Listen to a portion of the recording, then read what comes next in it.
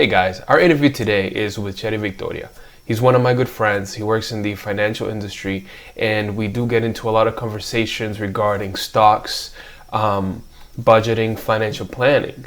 And there were quite a few other conversations that I didn't expect, but I really enjoyed, where we talked about Lawrence in the 90s. We talked about generational wealth. What does that mean? And is that even something that us Hispanics consider? We talk about Hispanics and what our retirement plans generally have looked like over the years. And just overall, we got into a lot of conversation regarding the Hispanic culture and the things that are good takeaways and other things that, we definitely could improve on. And I really had a lot of fun with this interview, and I hope that you guys enjoy it. So here we go.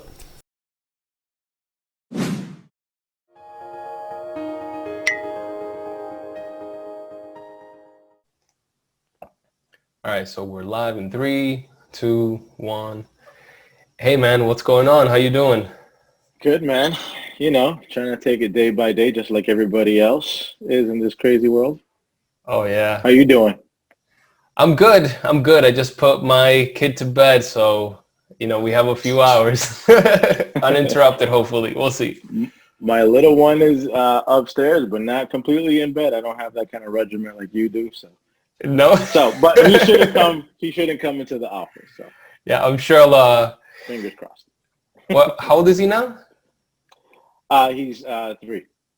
3. So he's like a year and a half older than Xander. I'm sure we'll hit. I mean, we already had a little times when he just comes up and he's like waking up in the middle of the night, or crying and just scared for some reason. I don't know. We had him put it to. We had a regimen. By the time he was like 1.5, he was completely sleeping through the night, and then something happened, and he waking up and going to his brother's room. And so that kind of ruined it. So we're kind of back to transitioning him all night. So he's still waking up in the middle of the night. Oh man. Yeah. So more fun to come is what you're telling me. Yeah. So everybody apologize for the bags under my eyes, but yeah.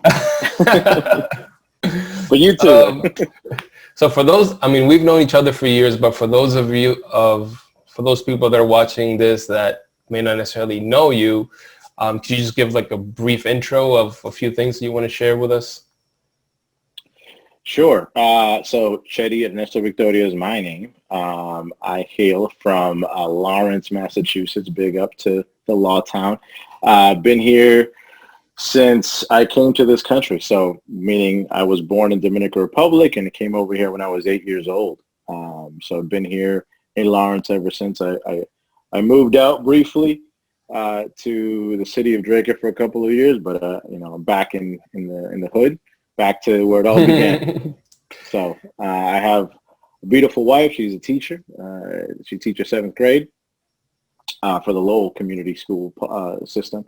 I have 2 kids, as you know, a little 3-year-old and a 14-year-old who's in Central Catholic, also in Lawrence. First year of high school, right? First year of high school. Full remote too. Weird. But I just said at least it's not senior year, because that would, sorry for all the seniors this year, but at least it wasn't senior year. Can you imagine that? It's funny. So you mentioned, so you came from DR when you were 8? Yeah. I arrived here when I was 9.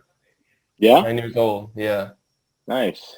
I'm curious to see how our stories align or don't align. So with that said, can you give us like a little bit of your origin story? Like take me back to the beginning a little bit, not when you first came out of the womb, but more like, how was your childhood like, growing up? Like who was Chery as a kid, maybe in high school as well?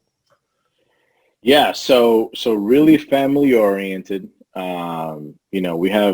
So it's just me and my brother, but I come from a huge family. My dad had 8 total brothers and sisters, and we were super close. Matter of fact, funny story is that the name comes from a long line of Chery. So my great grandfather was a Chery in Dominican Republic in the Trujillo days, and then his dad his son, I should say, and then his 8 kids, their cousins all Chery, my brother Chery, my son's Chery.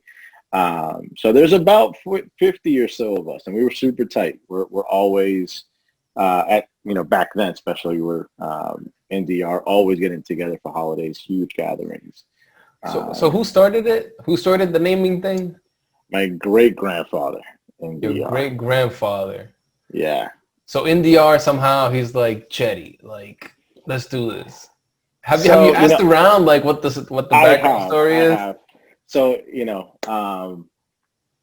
we got some time. So there's I haven't done the 23andMe thing yet. So there's a million places this could go where some family says, oh, we're from France, and some family says, oh, we're from some Jewish people up in Germany that might immigrated, and but somewhere in Europe, my great-grandfather immigrated to the Dominican Republic, and that's where it came from, is Chery over there. I don't know how that originated over there, but he was able to, get some land, get some status. He was placed in. So I don't know how much you know about the story of Trujillo, but during that time he got deposed, and a certain group of people were in government until elections were made. But so he was one of the governing bodies of the island, specifically the San Francisco Macorís kind of area. And so, he was well renowned. So, I'm going to name my son that. And then everybody knows him. So I'm going to name my sons that. And then, and so on and so forth. So it's known in that particular region. We're big out there. But and then it began. And then it just went on from there. Yeah. And they brought it to the States in the 80s. So do you think your children will carry on the, is it like a must for your family, or is it kind of like, is there a little bit of peer pressure to continue the? There is, especially if you're the firstborn, which I am. So there's a little bit of pressure when it comes to that. So yeah, for sure. But again, I think for me, it was more like that sense of family and community, and that I really cherished. And then when we came over here, we were the only ones. So I missed that. And then eventually over the years, some of my cousins and uncles immigrated over here as well. So now there's, about 13 to 20 of us here. But of that second generation, there's 2 of us who've kept the tradition to our sons. So have you had a talk with your son? Like, hey, listen, bro, this Chery thing. I haven't yet. He's 14, so got a little time. Quite yet, right? But I'll leave it up to him. There's no pressure for him. There's even if it's the middle name or whatever, because that's what I thought at one point. I'll put it for the middle name, but yeah, I tried that with us. So I had spoken to my wife Minati, and even when we were dating, I was like adamant, like, listen, like, you need to know this before you marry me, because my son is gonna be named after me. Like, that was the prerequisite. Like, I had told lost that one. Huh? Lost that one. God won that one. Let's just say that. So she was cool with it up until she's I don't remember if she was pregnant or not at the time when we had this conversation, but at some point she was kind of like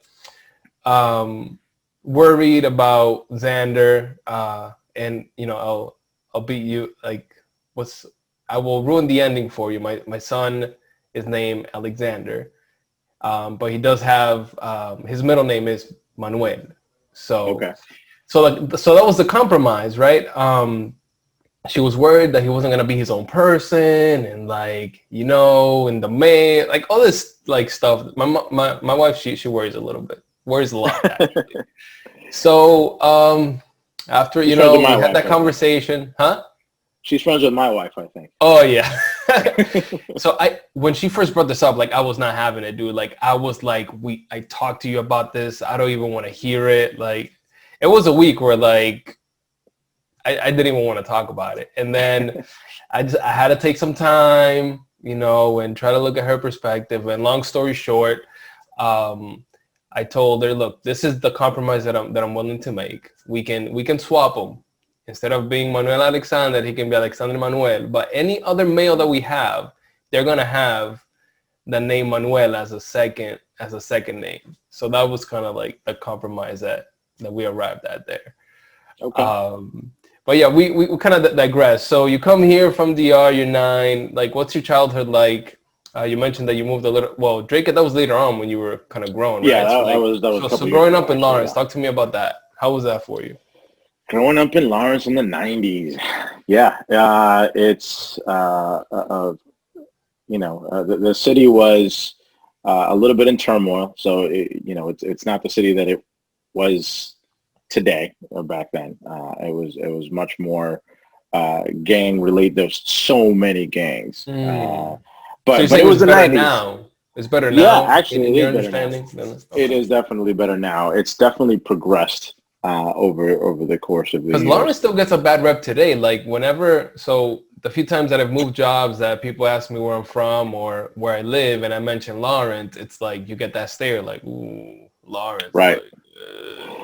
Yeah, I mean, and it's because of the '80s and '90s. I mean, it's Mm, because of those years. Where it was gangs everywhere. It was, Lawrence High was at that point was on Lawrence Street in front of the library that we see today. So that was the Lawrence High. It wasn't a huge building down in South Lawrence at that point. For those that live in the Merrimack Valley region, no Lawrence. But every couple days there would be, either a fight or a shootout or stabbing mm. so there'd always be something. Um, and so my parents decided to send me over to the Voc actually. So I went to the Voc because of Oh, that. okay. But yeah, So they're so like, you're not going to Lawrence High. Like it was like a no, like it no was like way. a definite no, you're not going there. You're going to the Voc. Um, So that's where I went to high school. And so I went to the Frost School for those that know the region. So I actually been all over the place. I went to the Arlington, I went to the Weatherby, I went to the Frost, and then ended up going to the Voc because I lived in that area. But yeah, I mean, I had, by all accounts, I had a pretty good childhood. I had two parents in the household. I was Mm. winning, regardless of the money situation. Yeah. I was definitely ahead of the curve Yeah. for most people. And we always had like that family connection. So even though my family wasn't here, the friends that we had were family, like that we still associate to today. I call them cousins. Like Mm. we're tight. So like they would go and that group of parents would go out and party. They weren't church goers or whatever. Right. We weren't at that point. So they would go out and party and leave us all in one household, and then like kind of Mm. rotate households. So we kind of babysat each other, and Right. it was a fun time. Yeah. I won't lie. It was pretty a cool childhood. Yeah, it sounds like it. Like for me, so my dad, he's one of like 8, I think, and primarily my dad's family is here. My mother's they're primarily still in DR, but I grew up playing with my cousins outside. Playing baseball, riding bikes and stuff. So it was very family oriented growing up. So I think that definitely helped keep me out of trouble. You have a pretty Yeah. good head on your shoulders now, I would say. Were you always that way, like growing up? Were you just like always like a guy that, had goals and you were pretty set on your ways? Or were you a troublemaker? Were you the cool guy? Were you like the nerd? Like, talk to me a little bit about that. Was there a transition? Have you always been kind of like, okay, goal oriented, this is how we do things? Like, No, definitely not goal oriented when I was that age. I was more of, you kind of mimic what you see, right? So mm, if your parents are like into the party scene, you want to be the life of the party and you want to go out and party and do things. And, so my friends, were able to, we were able to go out to parties and, we drank and smoked and, I went through a phase, right? For right, right, my right. first years, well, for several years actually. Um, So, it's today, it's a completely different person than when I was even in than you my were early before. 20s. Yeah. So So what happens after high school? So you're you're this kid that likes to, you growing up, you saw the parties, that was kind of like what you were into, imitating your environment. What happens after that, after high school for you? yeah. So, I get into more of the party scene. I Okay. get into the like the drug lifestyle a little bit. Selling and little bits here and here, not like a huge kingpin type Hmm. of thing, but just like here and there. It's statute of limitations. I'm 38, so that's way. I'm not incriminating myself, uh, but yeah. So it's that lifestyle. It's Hmm. a going out. You go out to parties on the weekends and try to have the nice cars and the nice girls, and go to New York as often as possible because my cousin lived in New York, so you party in New York because it's New York Mm. lifestyle. You never sleeps, right? So I kind of started here and then moved to New York, and not literally, but like the party scene. I moved it to New York Right. on the Oh, okay. weekends and So you're driving like 4 hours or 3.5 hours to come back like before the just to weekend is go over party. to, oh Yeah, wow, okay. yeah, That's pretty intense. much. And so my cousin is like a promoter, so uh, Ah, so he's, he was in, he had connections to like Theo Calderon and some of the Akon, for those of you who know Akon. So he was into the music scene, so it was fun, right? And I had an in, gotcha. so it was a fun time during those days. When do you make that transition? Because obviously you're not out there selling drugs and partying now, right? You're not going to New York coming back. Right. I'm sure you would have been divorced by now if that was the case. So so Yeah. so what changed, or when does that change happen? Like for you? So, and by the way, during this time, I enlisted in the military, right? So I'm in the Okay, so military. I'm how in old the were you when you National got Guard. into the military? I was 17. 17. How was, before we even get into, how was that for you, by the way? I mean, we both know my brother. He got in the military and Yeah. he had a tough time. He had a tough time in there. How was that for you? I don't think it was too much of a tough time. I think some people take it, really tough depending on the character. And, if you can't have somebody yell at you in front of your Mm, face, right, two centimeters off your face, then yeah, you're right, gonna have a hard time. But they try to break that down for you, right? And it right. builds character. So I had some character. So basic training was fine, and I actually went into the guard. So I was able to live, to go some weekends and go over the summer and live that lifestyle for the summer, and then come back to a regular life. So why the military? I've always, look, I love this country as much as the next guy, but I would never join the military myself. So like what, I have a deep appreciation for people that do and respect. So what drove you to enlist in the military? Like what was happening during that time? What compelled you to make that decision?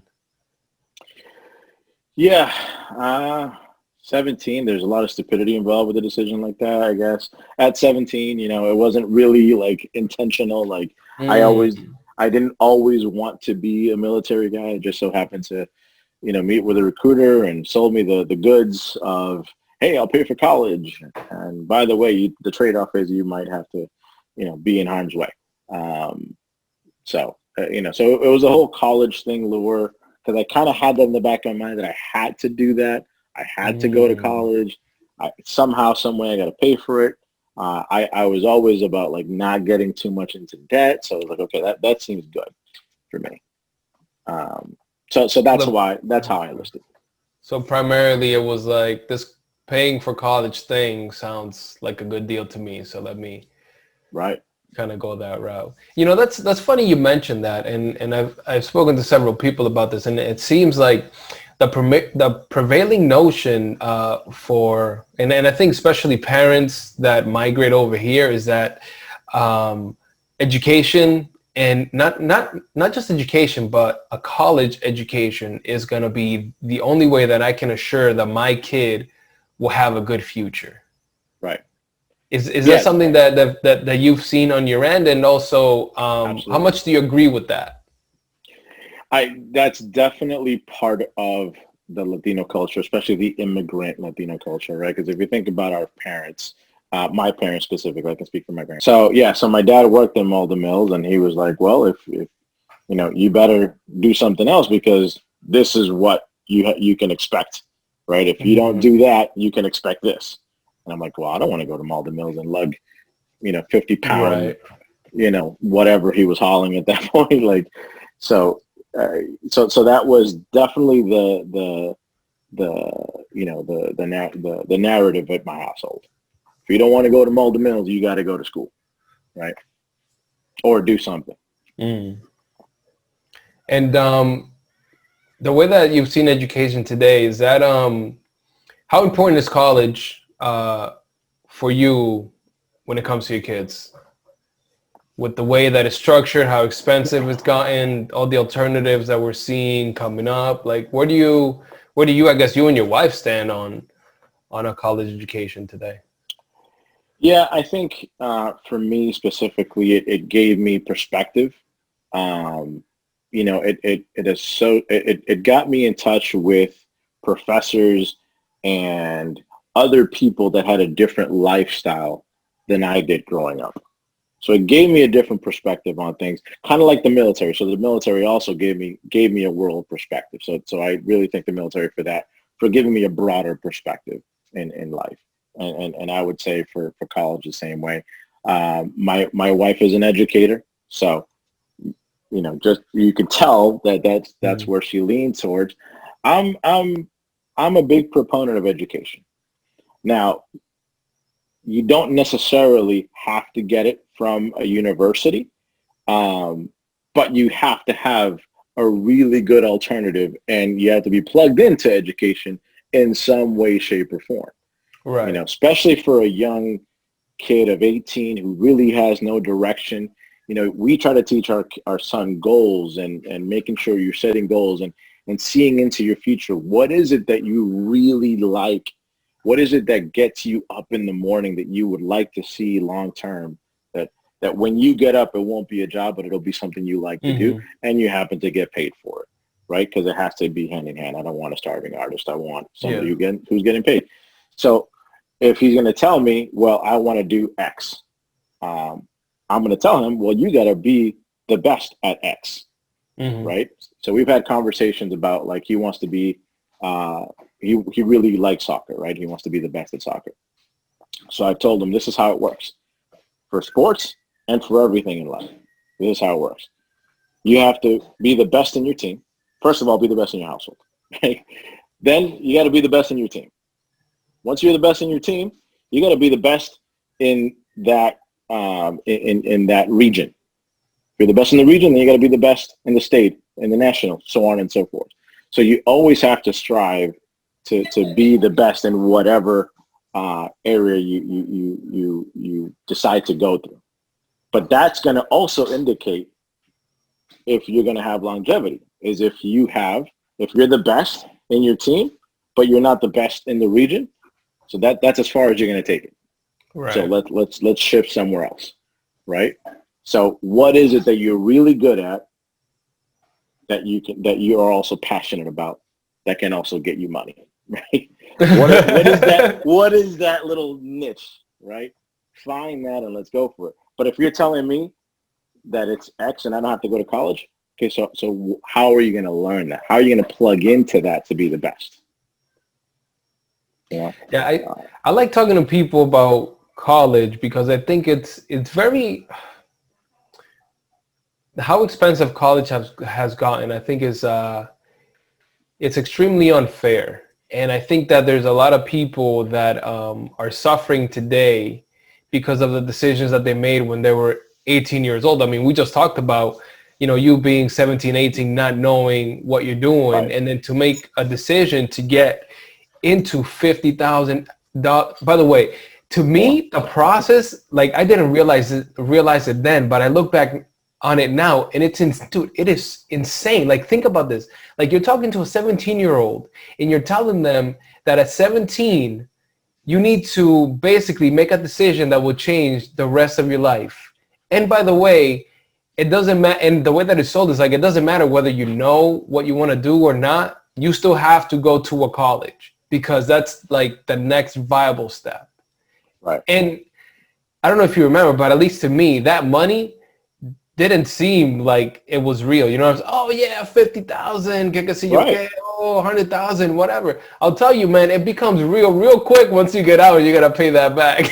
and so that's the insane part, is that you're giving kids access to this amount of money without them knowing what a loan is, let alone subsidized versus unsubsidized versus grants. Like, you're not teaching that. You're just saying, hey, go do this under the guise of, oh, it's FAFSA, right? Oh, it's they're going to help you. It's FAFSA. So everything FAFSA is free money, because that's how it's sold. But FAFSA is actually it's a marketing scheme, if you think about it, because these loans are held by big corporations, right? Yep. So it's a marketing scheme for kids. It's what it is. And it's sad because that same kid has a great idea and wants to do something with that great idea and put a business together. Hey, I need $50,000. Good luck trying to do that at 18 years old, going to the bank with that pitch.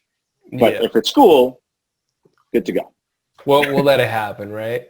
Like, I kid you not, in school, I was in my junior year, and I met this one girl, and I was just like, oh my gosh, like, your parents have to be loaded, because she was so nonchalant when she was telling me that she had changed majors 3 times, and she was this was her 3rd year in college as well, and she was a freshman. You know what I'm saying? So she's already spent 3 years worth of college, like, debt already banked, and she has 4 to go. It's crazy. You know, it's interesting, man. I think that if you do college right, I think it's definitely a good step for the right person. But I also think that we've done a disservice to the amount of jobs that are out there that don't necessarily require a degree as well. You know, speaking from a technology perspective, you know, there's plenty of big name companies like IBM and Microsoft that are coming up with their own curriculums at a fraction of the price of a university. And at least for the technology side, you know, you give me a 4-year curriculum that was set up 8 years ago. Once I come out of school, I'm going to be relevant to what's out in the market. You know what I mean? So I would be better off taking courses that are being provided by these companies that are leading the tech industry and being able to go into a workplace. But that's not to say that, you know, I don't want to discount and say that, you know, my degree didn't serve me well, because I've definitely been accepted to some companies that they still have that old school mentality of, like, you got to have a degree in order to be, and those are still out there. But more and more, I think that, you know, jobs are opening up to the idea that, you know, a college degree doesn't necessarily mean that you know what you're doing. Yeah, agreed. I mean, experience is definitely a big thing in my book. So, and I hire some people in my job, and yes, I look at the pedigree. So if you went to Harvard, you know, there's a certain pedigree there. But if it's, you know, if it's UMass versus, you know, Southern University or whatever, New Hampshire University, like, it's all a piece of paper at the end of the day. Yeah. Right. If you went to NECO and then went to, it's all a piece of paper at the end of the day. So yeah, definitely do it in a way that's budget conscious. Do it in a way. This is the advice piece that I can give. My advice would be, do not go into debt for school as much as possible. So there's definitely ways to do it. There's ways to you know, be really good in school. Like, if you're really good in school, you're gonna have the ability to go get scholarships, right? It's just that we don't teach kids where these scholarships are, first of all, and where to go get it and how to go get it, and for that to be like your part-time job is to go get the scholarships, as many as you can, and whatever you can subsidize with a job. I worked, you know, through it, and I was able to pay for it that way. So why can't people, you know, work a job do school, and all of that. So I think there's ways to do it without getting into debt. Yeah, man, and I think that it's gonna be vital for me, I feel, and also for you, because obviously, we're gonna be hopefully, the second generation of the migrants that come here will hopefully do better financially, right? Because you've been here longer, you've been exposed to a little bit of more things, the language, so you should be able to do a bit better financially. So the amount of financial aid that I got, my children are not gonna receive that, right? Because you compare my income now and my wives versus my parents, Right. they're not gonna be the same. So I think that those conversations are definitely good to have and early, and not only, and it's not just about the money. I think it's more about the perspective that we now as second generation immigrants bring to the table. Like, my parents never talked to me about debt, about finances. All they knew is that, and by the way, I don't blame them at all. They, in their mind, is like, they did what was best, what they thought was best, which was, Right. I need to get my kid to go to college because that's what I understand is going to give them the best chance to succeed. Yeah, they And did the best now, they could with the information they had at the time. exactly. And we have a little bit more information, especially with the internet now. So I think it's up to us to really teach our kids about the different options that they have and educate them as much as possible. And like, hey, if you want to be a doctor, if you want to be a lawyer, or if you want to be, etc., college is one option. And if this is the way that you want to go, how do we do it in a smart way? Right. And how do we Yeah. not get $100,000 into debt or 200,000 into debt? Yeah, agreed. And it's that critical thinking piece that I am trying to really teach my son. It's how to critically think through situations like that. So what would be best for me, right? So he's already, as a freshman in high school, thinking about, okay, what is it that I'm going to do long term? And he doesn't know it freshman year, but he has that in his mind as something that he needs to figure out. And now he's approaching school with that mentality of, I'm going to get good grades, but as a part of this, I'm going to also see what is it that I really am good at. One, what is it that I really like? And then again, what is it that can make me money? Mm-hmm. And when those three things intercede, that's where I'm going to go, right? So he's already thinking that and has that perspective in his mind. Because at the end of the day, the decision is his. And some of the best lessons are learned through, in my opinion, are learned through the mistakes that we make. No, for sure. Talking a little bit about, education and being informed. Like, I'll give you an example. Like, for example, for me specifically, like, I didn't know what a stock was until I got out into the workforce, and I was like 22, 23 years old, where one of my managers, white manager, not that has a ton of relevance. I'll tell you, man. It has a lot of relevance. Yeah, it definitely does. True. Yes. Because I guess in this community, growing up in Lawrence, I never heard the word stock or that you could own a share in a company or anything like that. So that notion was introduced to me in a company that I worked in New Hampshire, actually, quite a little bit of ways away. But that was like my first introduction to anything like that. And I think that's when I'm like, oh, like, this is a thing. And that's where I started digging in and, continued my education on that side of things. And I think that, a lot of people don't get that knowledge early enough. And my question to you is, I guess, before we even get into this, like, why do you think that is? Like, why is it that knowledge is not readily accessible to a lot of people today, where I think it should be at this point, Yeah, and so I think there's a lot of systemic things that we need to change from an education standpoint, for sure. Our education system was set in the 30s, and it hasn't evolved since then, right? After the big manufacturing booms and things like that, that's when kids left the factories, and went into school, that's when the real education system was set in place, right? And it hasn't really changed since then. And so, it was either that or you go into, again, the manufacturing world. But the manufacturing as it was back then is not the same as it is today. You need a different skill set and mindset and knowledge to be able to do that. So I just think that those practical lessons of personal finance are definitely not taught in school.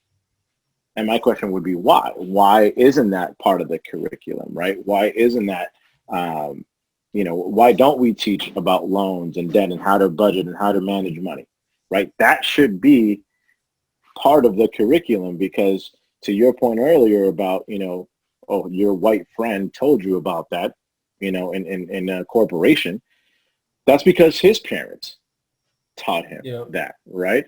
And yes, in certain communities, that kind of knowledge is learned in the household. Very early, but not all communities are like that, right? Not all communities are like that. So so systematically, we have to put something in place so that everybody gets access to the same information, not just those with some privilege.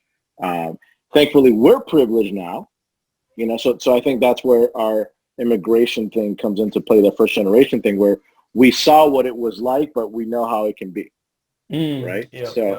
So I think that's where we teach our kids. But again, what about me when I was young? Right. So that, that's where we have to do better as a society, is to implement curriculums like that, where we're teaching those basic fundamentals that everybody else has, but certain communities don't. Yeah, it's so crazy that in high school there isn't like a basic finance class. Yeah, I mean, home ec. There was home ec, right? But what did they teach in home ec? I taught you how to cook and clean. Come on.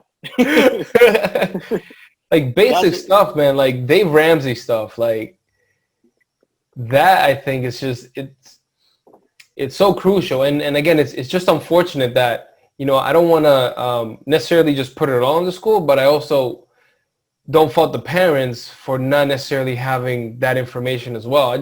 I'm not sure, like, how do we get to a point where at some point, whether you're looking for it or not, these ideas are introduced to you. And I mean, that's part of the reason why I wanted to talk to you anyways. And I'm hoping to be able to release some of these videos, is that I want to have these conversations and present these ideas that don't necessarily were readily available to us when we were growing up.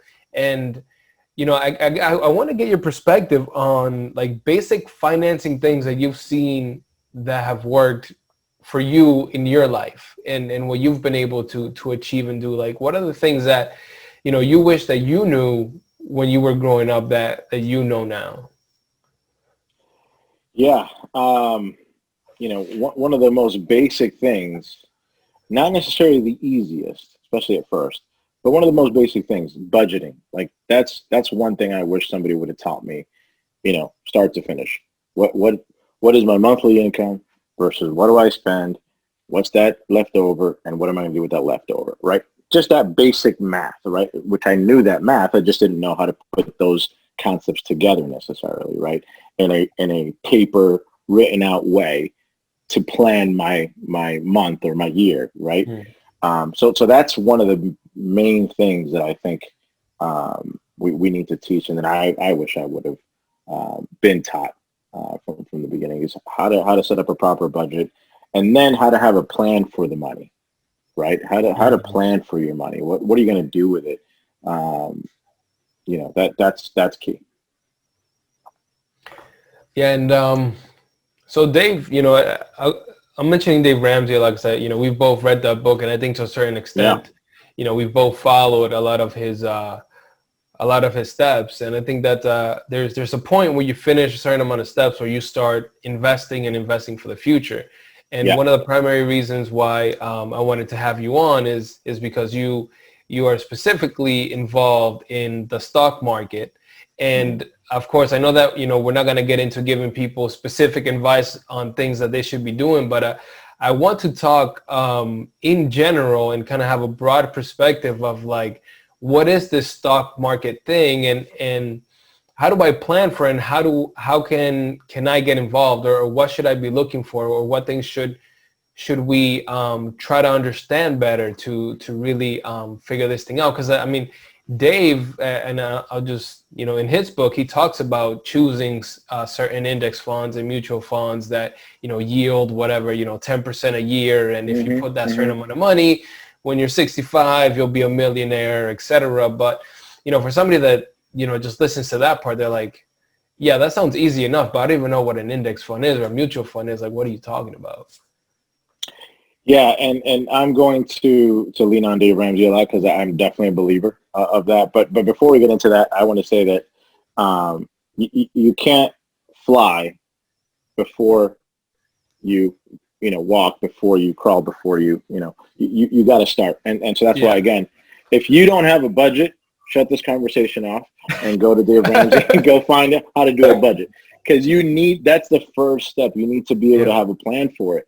Because if you go into I think it's step 5 at that point, where you're investing and you're still in debt and you don't have a budget, and you're spending, you're living on more than you make. Yeah, you're putting the cart before the horse, and you're going to get in trouble that way, because you're going to have this money out there that needs to work for you first before you could put it to work. Yeah, because then you're going to be chained down. I think we can both agree on the fact that you need to have a certain amount of money saved up in your bank account in case anything comes up before you even consider investing. You should definitely, if you take anything away from this, is that you should definitely have all your credit card debts paid off in full before you even consider investing in anything, period. Exclamation point, exclamation point, exclamation point. Yes. Absolutely. So once you get to that level, make sure you have a good level of emergency money in place, so that when it rains, and it's been raining this whole year, right? Oh, yeah. So when it rains, it doesn't pour because you have a bucket and you have something to sustain you. So definitely have that safety net. Dave Ramsey says 3 to 6 months. At this point, I think this has scared us into 6 to 10 months, right? So make sure we have some cushion. Once you have that in place, now pay attention. Once you have that in place, then we can go into the investment in the stock market or whatever. And the stock market is a crazy thing. We see, every night the news puts on some numbers, and you see green or red, and then that gives you, the stock market went up, the stock market went down. But what that is it's called an index, right? It's basically saying, how did certain companies of certain sizes do on that day, right? So how did Apple, how did Microsoft, how did Google do on that day, right?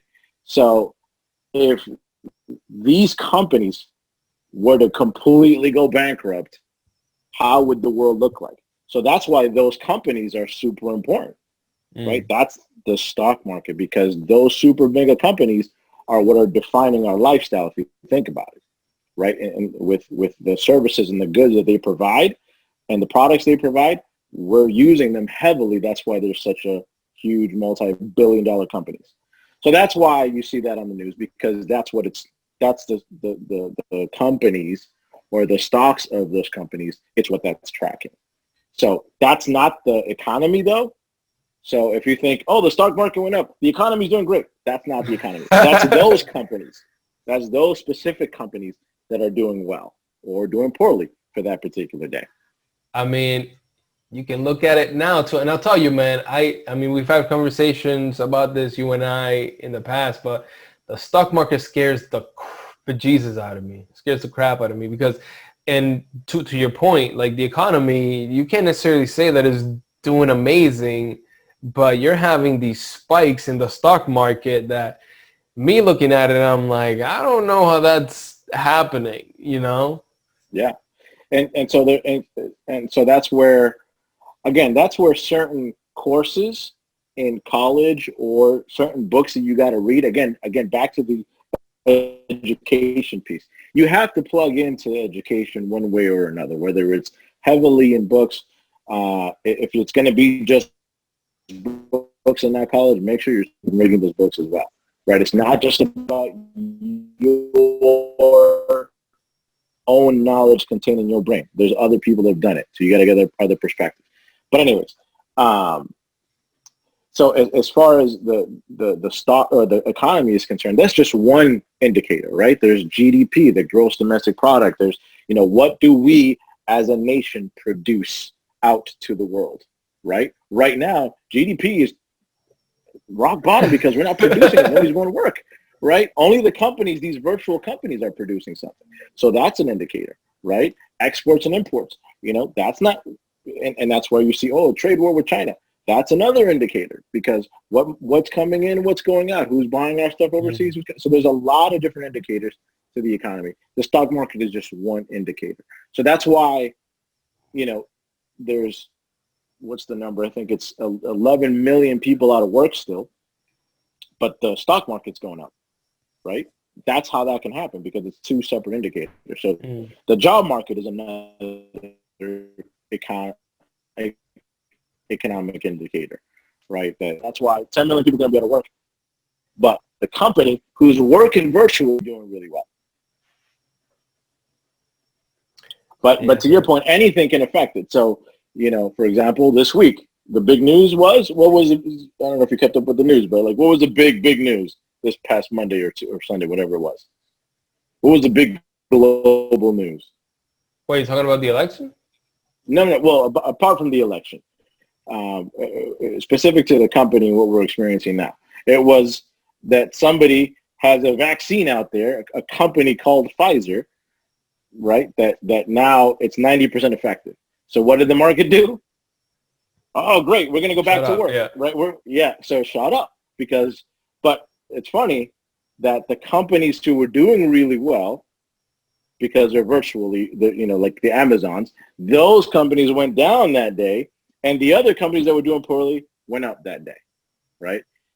And so that's it's definitely fickle when those markets. So if you're gonna get into any investing, stocks, houses, car, any investment. I don't consider cars an investment unless you're into vintage cars. But if you are going into any investment, make sure that you know what you are getting into. Again, back to the education piece. Know what you're doing. Don't get into something that you don't know anything about. That's the worst thing you can do, because then you're going to lose your money. That's the most riskiest investment, is doing something that you don't know what you're doing. Yeah, I'll tell you, I think that the most, and maybe it's because I just, I don't know enough about the stock market. It's, it has interested me first into a certain point, but then it's just not enough for me to,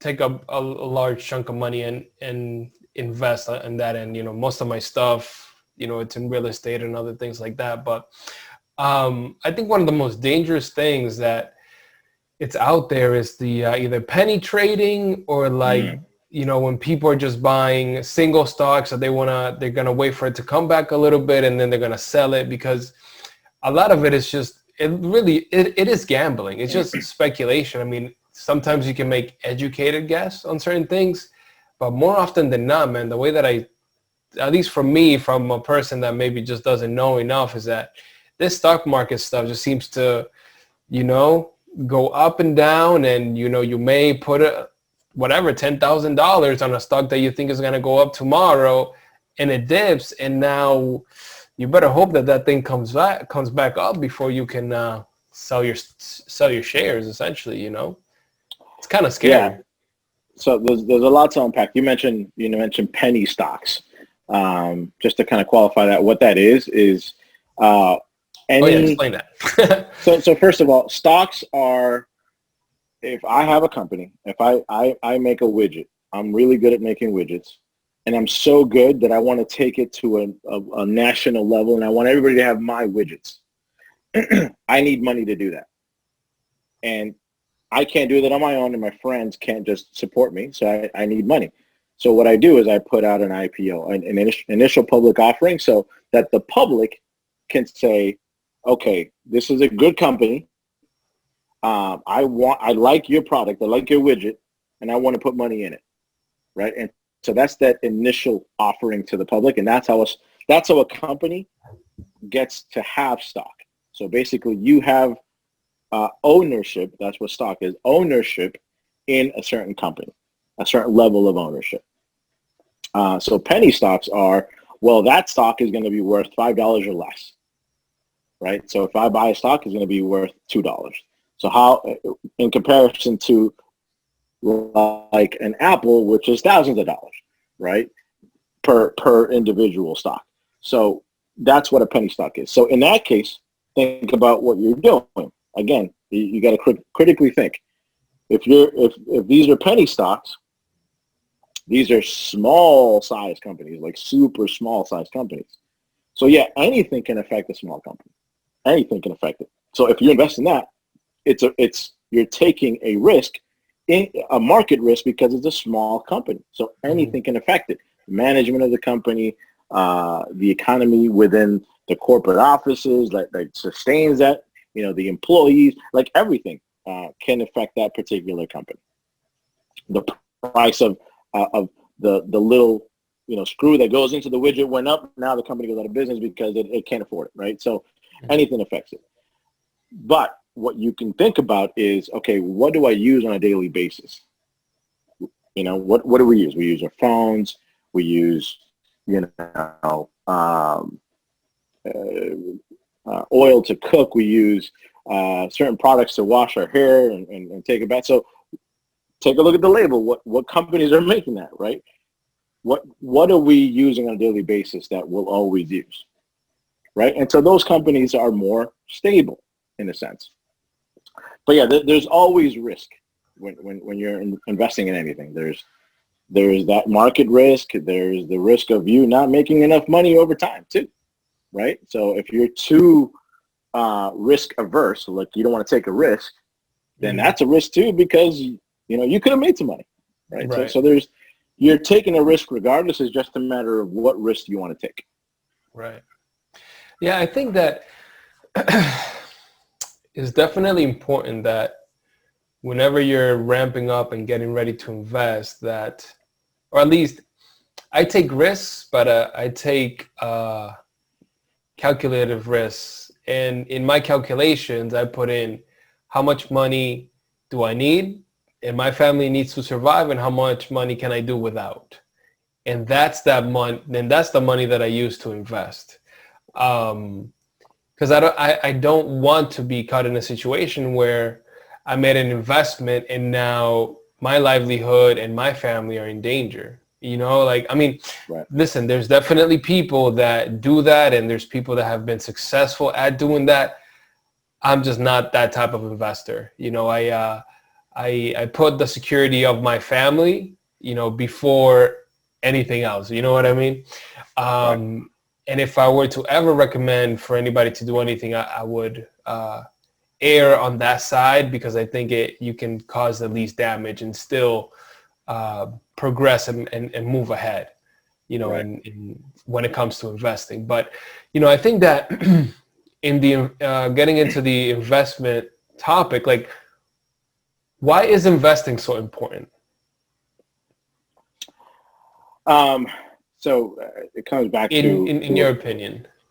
Yeah, it comes back to something, what I said was, you got to make your money work for you, right? So if you're obviously going to work 9 to 5 for a lot of us, but what's your money doing? Is it just sitting in the under your mattress, or is it doing something for you? So the thing that got to me, right, the real thing that got me into investments was an interest calculator, right? To kind of see, okay, if I put X amount of money today, what is it going to be tomorrow? What is it going to be over 10 years and so on? So if you see, I wish I had that graphic, or maybe you could put it on later on with your editing super skills.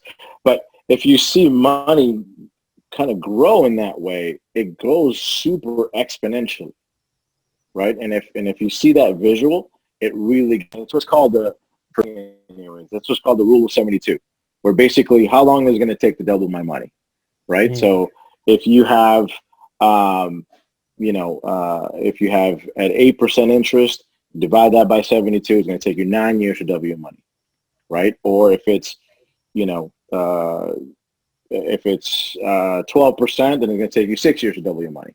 So think about that. So if you're getting 12%, whatever you invest, right? 12%, rule of 72. If you want to double it in 6 years, that means it's going to take you 6 years to get. If you have 100,000, you're going to have 200,000 by 6 years. Right. And another 6 years, you're going to have 400,000. Right. So on and so forth. Right. Compound interest. The compound interest calculator. That's what I was looking for. Thank you.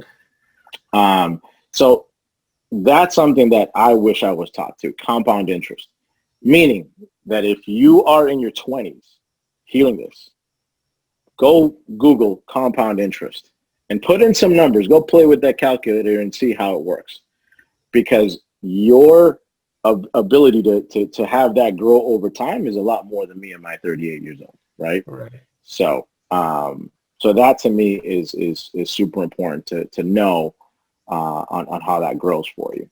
That's what got me excited. And you see those examples too online when when people do these searches where they put the 20-year-old versus the 30-year-old, and they put the 30-year-old is putting like double the amount, but the kid that started with half of that, he's doing way better 10 years on the line, and at 40 they show you the graph and how the compound interest works, and the one that started at 20 is doing twice as better as the one that started at 30, even though they were putting in double the money. It's crazy to think about. And it's almost sad because, it goes back to what we were talking about, that not enough people learn about investing early enough to be able, and I mean, it makes a difference, but it really makes a difference when you start early. The earlier you start educating yourself, the better off you're going to be in the end.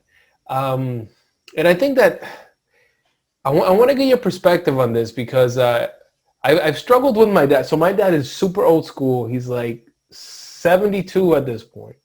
There isn't anything that I can say to him to get him to consider any type of investing, whatsoever. He has that old school mentality of he likes seeing that number. He likes seeing that number in the bank. You can talk to him about appreciation. You can talk to him about how the dollar works, how every year is going to be worth less, depreciation overall. And it just goes one ear and out the other. And it's and he's still working. He's not retired. He's still working today. Yeah. So it's what's he going to retire on? Exactly. That little nest egg that he's building up, that little nest egg is what he's looking for. That's my retirement. That's his retirement. Yeah, I mean, and so again, the time aspect of it, if he's in his 60s, I mean, what's he gonna do? So the stock market, we mentioned, it goes up every day, and it gives you anxiety because it goes up and down. So if you approach it from a day trading perspective, if you're going in, buying and selling every day, you're gonna have ulcers and migraines and all of that stuff. And it's it does cause a lot of anxiety because of all of the different risks that we just talked about.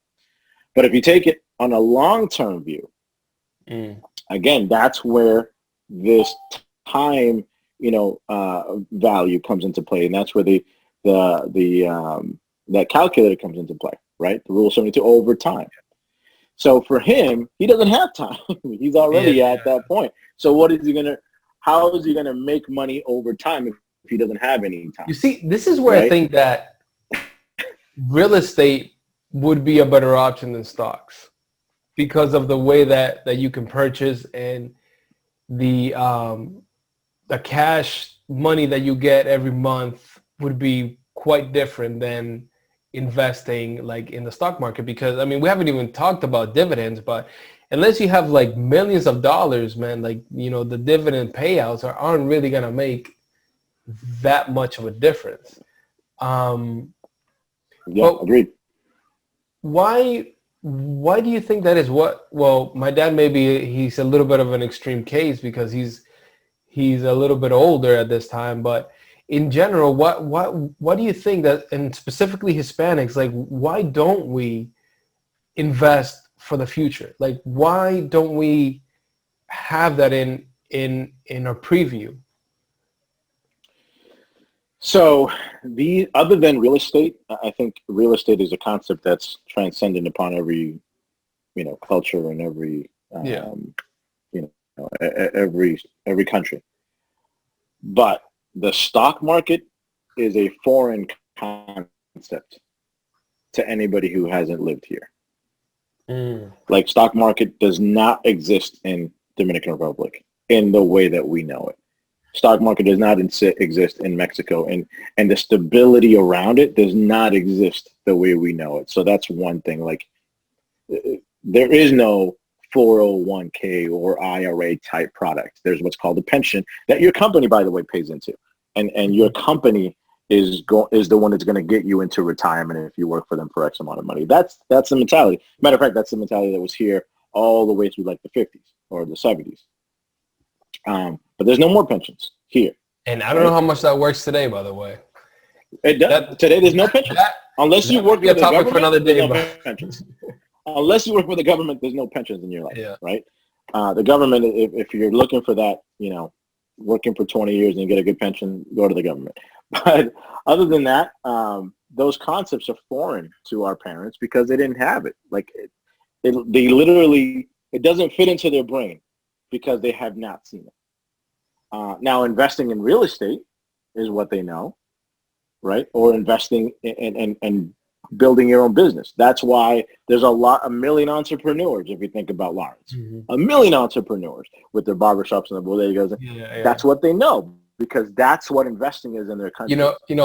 Funny story is that, I kid you not, I think I was still in high school and I was having conversations with my friends and I was telling them, listen, man, one day, whenever I'm making money, like I'm going to buy a rental property. And to be honest, I didn't know all the terminology that I know now and everything that I know, but I was just like, it makes sense to buy a building and have people pay me rent and I'm paying for that and I'm living for free. Like as a teenager, that was my mindset. And that was like what I was familiar with. I mean, my uncle owned the building that we were renting from. So I think that's a very important point that you make, and something that I hadn't thought about before. That that has given me a different understanding, but it's so definitely true. It's what you saw. Yeah. Yeah, it's your reality, so you know it works because you saw it personally. Yeah. So you know it works. Why would you think otherwise, right? Right.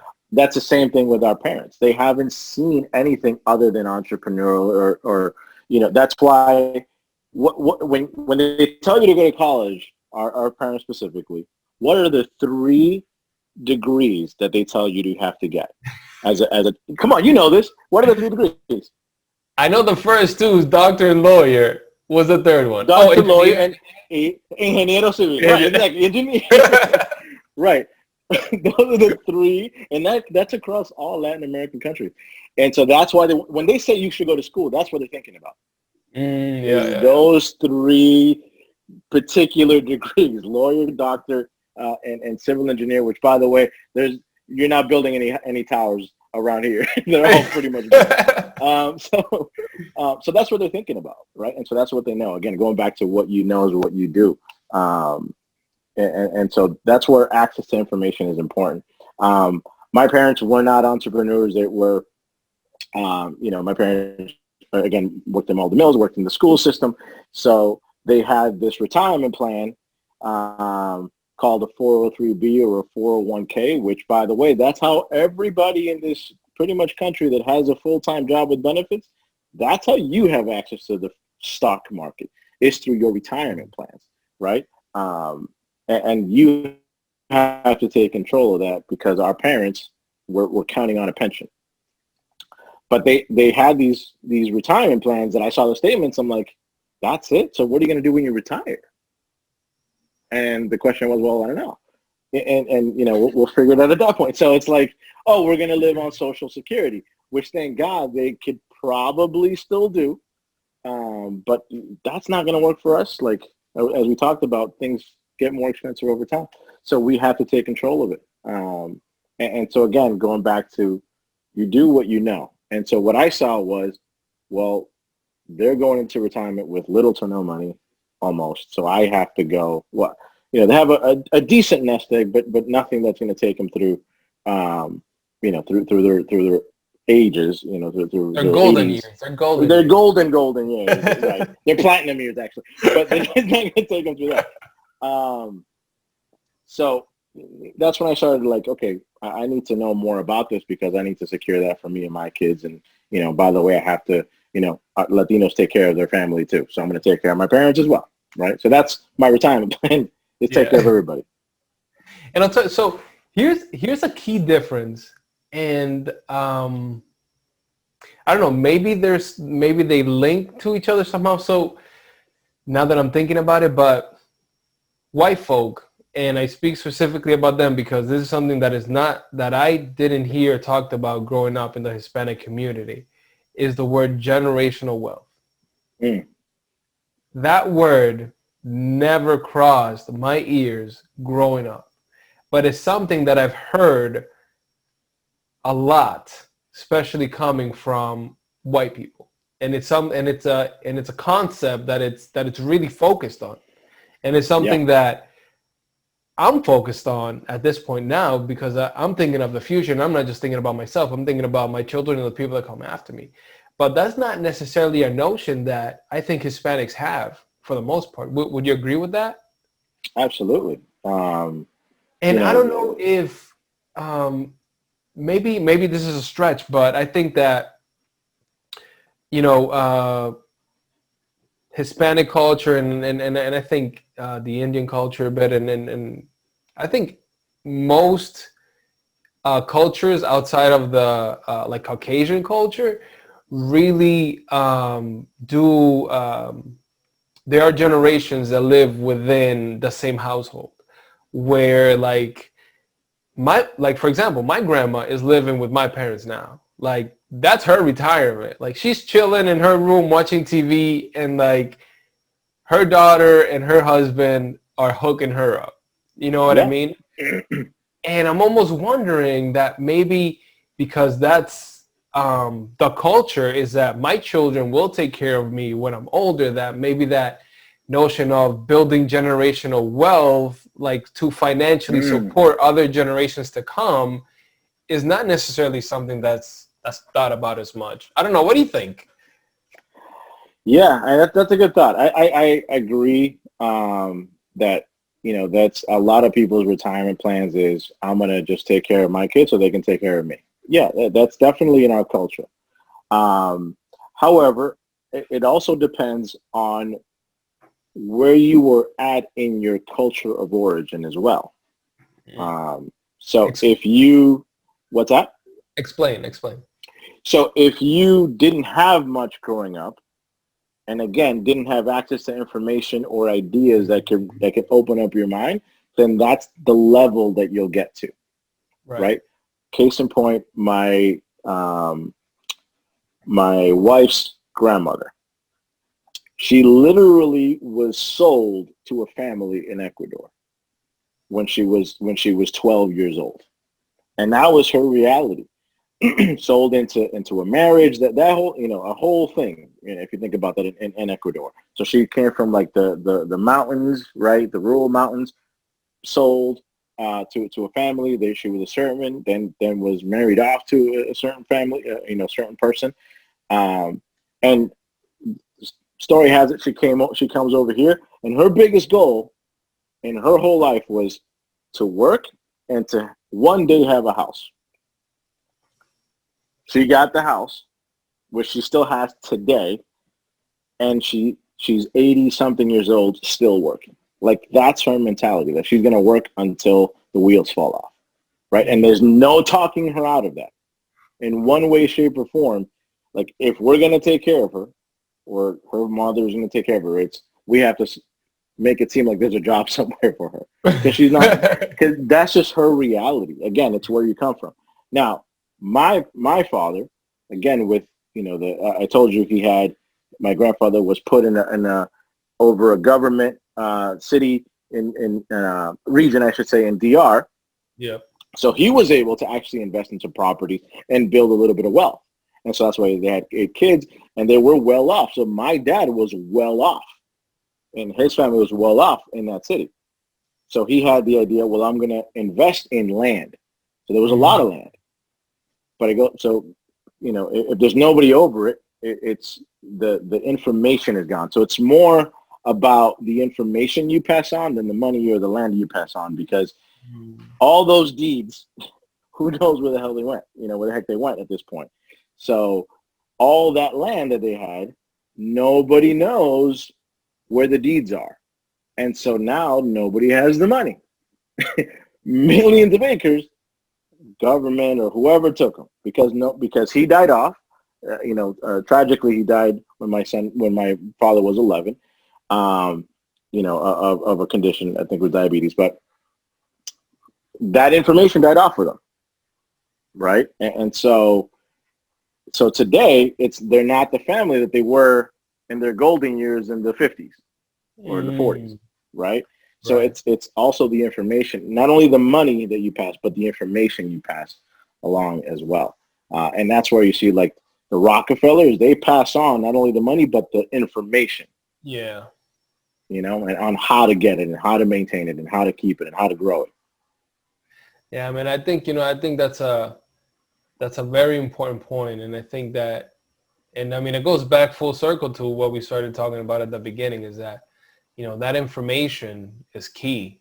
I think that, maybe my dad would have been my family would have been in a different situation than they were. Not that they're by any means suffering or anything like that. Because I'll tell you, one of the most beautiful things about this country is that my dad has a 3rd grade education, and he owns his own house, his own property, and he is doing well for himself. I mean, he worked hard and he worked a lot. But I'll tell you, man, he's pretty well off compared to a lot of people that are coming out of school with a degree and everything. I'll tell you that much. So it's interesting that, maybe the information wasn't there for a lot of that generation, but man, that work ethic was freaking strong.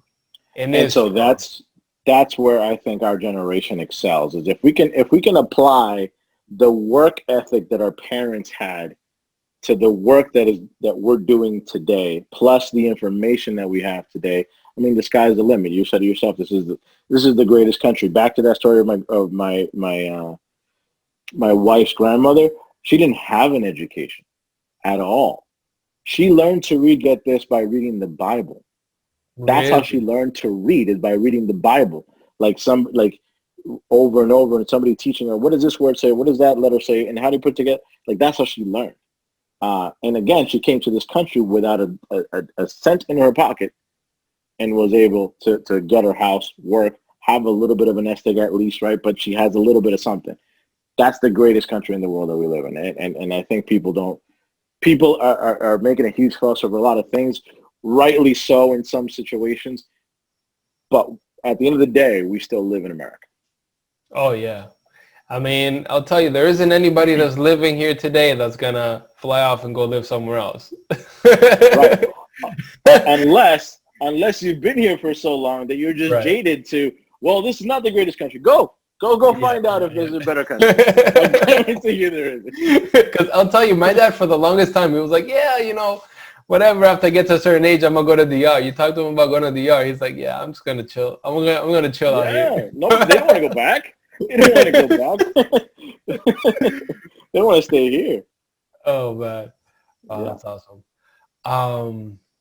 But yeah, man, I mean, I really appreciate you, taking the time to talk to me. There's a great deal of things that I didn't know about you that I'm glad that I learned today, and I think that we touched on a lot of great topics, specifically just talking about information, which is, the purpose of this entire project is to be able to get, these conversations and have that information be dispersed and be out there. And before I give you kind of like, any last words that you want to share with people that are watching this, I wanted to ask you something. That is, who do you think, or who should I be reaching out to interview to help progress this project? Somebody that you think that I should have on and interview and get their perspective on things.